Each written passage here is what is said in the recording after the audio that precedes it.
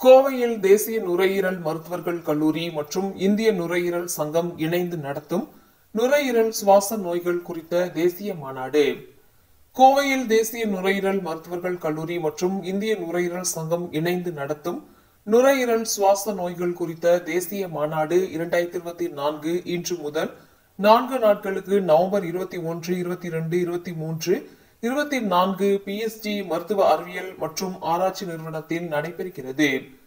அதிகரித்து வரும் சுவாச கோளாறுகள் குறித்த விழிப்புணர்வு ஏற்படுத்தும் வகையிலும் ஆரோக்கியமான வாழ்க்கை முறை மாற்றங்கள் மூலம் அவற்றை தடுப்பது குறித்தும் பாதிக்கப்பட்டவர்கள் அதை கட்டுப்பாட்டிற்குள் வைத்திருப்பது குறித்தும் காச நோய் தொடர்பான சிகிச்சையில் தற்போது ஏற்பட்டுள்ள நவீன முன்னேற்றங்கள் குறித்தும் இந்த மாநாட்டில் விவாதிக்கப்பட உள்ளது. இந்த மாநாட்டில் 2200க்கும் மேற்பட்ட பிரதிநிதிகள் பங்கேற்க உள்ளதாகவும் இதில் வெளிநாட்டை சேர்ந்த 54 பேரும் தேசிய அளவில் 640 பிரதிநிதிகளும் தங்கள் கருத்துக்களை பகிர்ந்து கொள்ள இருப்பதாகவும் தெரிவிக்கப்பட்டுள்ளது. மேலும் மாநாட்டில் நுரையீரல் தொடர்பான தீவிர சிகிச்சை மற்றும் சுவாச மருத்துவம் ஆகியவற்றில் ஏற்பட்டுள்ள சமீபத்திய முன்னேற்றங்களை உள்ளடக்கிய 9 அமர்வுகள் இடம்பெறுவதாகவும் இந்த துறையின் முன்னணி மருத்துவ நிபுணர்களின் 600 சொற்பொழிவுகள் நடைபெறுவதாகவும் தெரிவிக்கப்பட்டுள்ளது. புரோன்கோஸ்பி மற்றும் பியூச்சரிஸ்டிக் ஆக்சிஜன் டெலிவரி முறைகள் உள்ளிட்ட அதிநவீன நுட்பங்களை அறிந்து கொள்ளும் விதமாக 14 பயிற்சி பட்டறைகளும் இந்த மாநாட்டில் இடம்பெறுகிறது. மேலும் சுவாச மருத்துவத்தில் சிறந்த பங்களிப்புகளுக்கான விருதுகளும் வழங்கப்பட உள்ளது. மருத்துவ சாதனங்கள், நோய் அறிதல் மற்றும் சிகிச்சை தொழில்நுட்பங்களில் சமீபத்திய முன்னேற்றங்களின் கண்காட்சியும் இந்த மாநாட்டில் இடம்பெறுகிறது. பேர் டாக்டர் மோகன்குமார். நான் தான் சேர்மன் ஆஃப் த கான்ஃபரன்ஸு. இந்த மாநாடோட சேர்மன். டாக்டர் கார்த்திகேயன் பிஎஸ்சியில் வேலை செய்கிறாங்க. இவர் தான் செக்ரட்டரி ஆஃப் த கான்ஃபரன்ஸ். அப்புறம் இவங்க ஐசிஎஸ், என்சிசிபின்னு 2 பெரிய ரெஸ்பிரேட்டரி சொசைட்டிஸ் இருக்குது. இது 2 சேர்ந்து 26 வருஷமாக இந்த மாநாடு நடத்திட்டு இருக்கோம். ஒரு வருஷம் ஐசிஎஸ் பண்ணுவாங்க, ஒரு வருஷம் என்சிசிபி பண்ணுவாங்க. நான் என்சிசிபி பிரசிடண்ட் இந்த வருஷம், அதனால் இங்கே என்சிசிபி பண்ணுறோம்.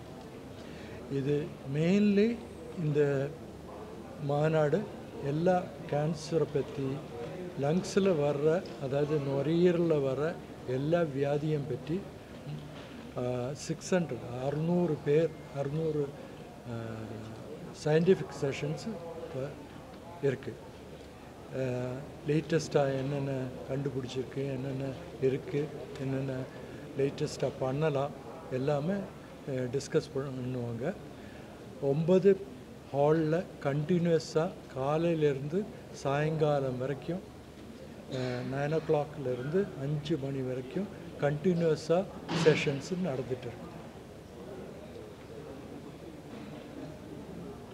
மற்ற டிசீஸ்க்குலாம் வந்து அவேர்னஸ் ஹார்ட் அட்டாக் வந்து பிஃபோர் அட்டாக் பண்ணுவோம் அப்படின்ட்டு லங்ஸுக்கு என்ன அவேர்னஸ்? லங்ஸு அவேர்னஸ் இப்போ நாங்கள் நேற்று நாங்கள் ஒரு வாக்கத்தான் பண்ணணும்.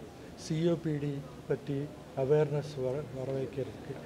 சிஓபிடின்னா டிசீஸ் வர்றதுக்கு காரணம் அட்மாஸ்பியரிக் பொல்யூஷன், இல்லாட்டி ஸ்மோக்கிங், இல்லாட்டி இன்டோர் பொல்யூஷன். அதாவது கேஸ் எல்லாம் வர்றதுக்கு முன்னாடி நம்ம சமையலுக்கு விறகு யூஸ் பண்ணியிருந்தோம்.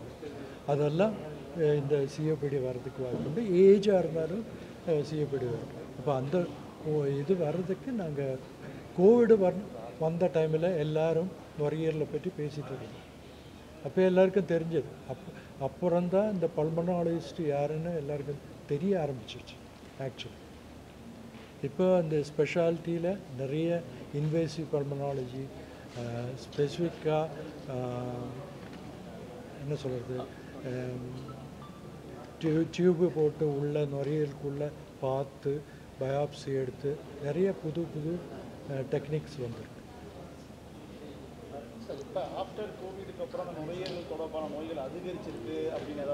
அப்படி இல்லை, போஸ்ட் கோவிட் சிக்கலே அப்படின்னு நிறைய கொஞ்சம் பேருக்கு, அதாவது நிறைய பேருக்கு இல்லை, ஒரு 5லேருந்து 10% பேருக்கு மூச்சு திணறல் அந்த மாதிரி வர்றதுக்கு வாய்ப்பு. இப்போ நுரையீரல் பாதிக்கப்பட்டு தான் நிறைய பேர் உயிரிழந்தாங்க கொரோனா. ஆமாம். ரீசெண்டாக வந்து வேக்சின் போட்டவங்களுக்கு தான் அந்த ஹார்ட் அட்டாக் அதிகமாக வருதுன்னு கூட ஒரு இது போயிருக்கு. அதெல்லாம் சயின்டிஃபிக்கலி ப்ரூவன்னு சொல்ல முடியாது. மீடியாவில் இருக்குது, இல்லைன்னு சொல்லலை. பட் அது சயின்டிஃபிக்கலி ப்ரூவன்னு சொல்ல முடியாது. 2003 நான் தான் நடத்தினோம். அன்னைக்கு நான் ஐசிஎஸ் இந்தியன் செஸ் சொசைட்டியோட பிரசிடெண்ட்டாக இருந்தது. அப்போ செக்ரட்டரி ஆகி இந்த இவரோட பொசிஷனில் உட்காந்துட்டு நான் வேணும். அப்போது கோயம்புத்தூரில் ஜாஸ்தி இன்ஃப்ராஸ்ட்ரக்சர் இல்லை. 21 வருஷத்துக்கு அப்புறம் we have more infrastructure, more people. அவ்வளோ பல்மனாலஜிஸ்ட்டும் இல்லை அந்த காலத்தில். இப்போ என்ன அதர் அம்டி நம்பர் பல்மனாலஜிஸ்ட். வருஷம் வருஷம் ஒவ்வொரு நாட்டில் நடக்கும். அடுத்த வருஷம் அவங்க சொன்னாங்க ஐசிஎஸ் பாட்னாவில் நடத்தும். இந்த மாநாடோட தீம் என்ன? Bridging borders. அதாவது ஒரு என்ன சொல்கிறது, global insights in pulmonology, bridging borders for better care. அதாவது வெளிநாட்டில் இருந்தும் உள்ள நாட்டில் இருக்கிற விஞ்ஞானத்தை வச்சு நாம் பல்மனாலஜியை எப்படி இம்ப்ரூவ் பண்ணலாம். சார் இப்போ இந்த நுரையீரல் தொடர்பான ஆராய்ச்சிகள் எப்படி போயிட்டு இருக்கு? இப்போ நிறையா வந்து ரிசர்ச் போயிட்டு இருக்குது. அது நிறைய ஒவ்வொரு இடத்துலையும் ரிசர்ச் போயிட்டு தான் இருக்கும். ஆஸ்மாவை பற்றி, சிஓபிடி பற்றி, இண்டஸ்ட்ரியல் லங் டிசீஸ்ன்னு சொல்லி இந்த ஃபார் எக்ஸாம்பிள் நம்ம நுரையீரல்னு சொன்னால் ஒரு திராட்சை தொங்க போட்ட மாதிரி இருக்கும். அது ஒரு ஆரஞ்சு தொங்க போட்ட மாதிரி இருந்தால் அது எம்ஃபோசிமான்னு சொல்லுவாங்க. இல்லை அதோட எலாஸ்டிசிட்டி ஃபஸ்ட்டு. அதாவது இப்போது தனிப்பட்டு வந்து ரெஸ்பிரேட்டரி மெடிசன் அப்படின்ற ஒரு சப்ஜெக்ட்டு முன்னாடி இருந்ததுங்க.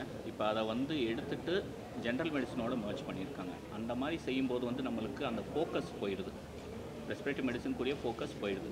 அதை தான் நாங்கள் ஃபைட் பண்ணிக்கிட்டு இருக்கோம். ஸோ அது வந்து ஒரு தனிப்பட்ட ஒரு ஃபோக்கஸோடு நம்ம வந்து ஸ்டூடெண்ட்ஸ்க்கு சொல்லி கொடுத்தா தான் வருங்கால டாக்டர்ஸ் வந்து நல்ல ஒரு சமுதாய நோக்கத்தோடு நாங்கள் பண்ணிக்கிட்டு இருக்கோம். அதாவது ரெஸ்பிரேட்டரி மெடிசன் சொன்னால் அந்த டிசீசஸ் ஒரு தேர்டு வரும் அந்த ஹயர்கியில். அந்த தேர்டு பெரிய வியாதிக்கு இது இம்பார்ட்டன்ஸ் கொடுக்கலன்னா, தனிப்பட்ட முறையில் கொடுக்கலன்னா அது கஷ்டமாக தான் இருக்குது. அது இப்போ சமீபத்தில் ஏற்பட்ட ஒரு மாற்றக்கூடிய எல்லா அசோசியேஷன்ஸும், அதாவது இப்போ தேசிய அளவு அசோசியேஷன், நீங்கள் 2 associations, national college of chest physicians and Indian chest society, அது போக ஸ்டேட் லெவல் சொசைட்டிஸ் நிறைய இருக்குது. எல்லாருமே சேர்ந்து அனுப்பியிருக்கோம். இந்தியன் மெடிக்கல் அசோசியேஷன் ஆல்சோ அனுப்பியிருக்காங்க. எல்லாருமே அனுப்பியிருக்கோம்.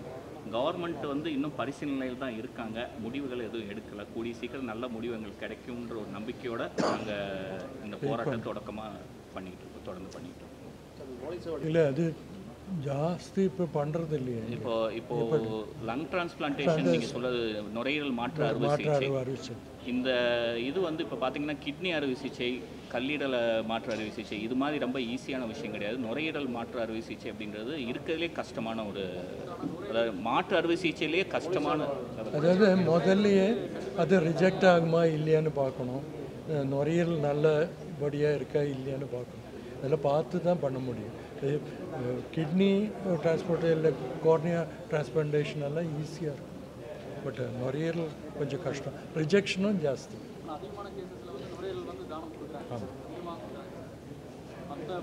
நுரையீரலுக்கு டிமாண்ட் நிறைய இருக்குது. இப்போ நிறைய எண்ட் ஸ்டேஜ் லங் டிசீஸ் இருக்குது. கிடைச்சானா ஓகே. இப்போ பொதுவாக கிட்னி கல்லீரல் மாற்று அறுவை சிகிச்சை இல்லை சிறுநீர் மாற்று அறுவை சிகிச்சை உயிரோடு இருக்கவங்க கூட கொடுக்கலாம். சொந்த பந்தங்கள்லாம் கொடுக்கலாம். இறந்தவங்க இல்லை மூளை சாவு உள்ளவங்க தான் கொடுக்கணுன்ற அவசியம் கிடையாது.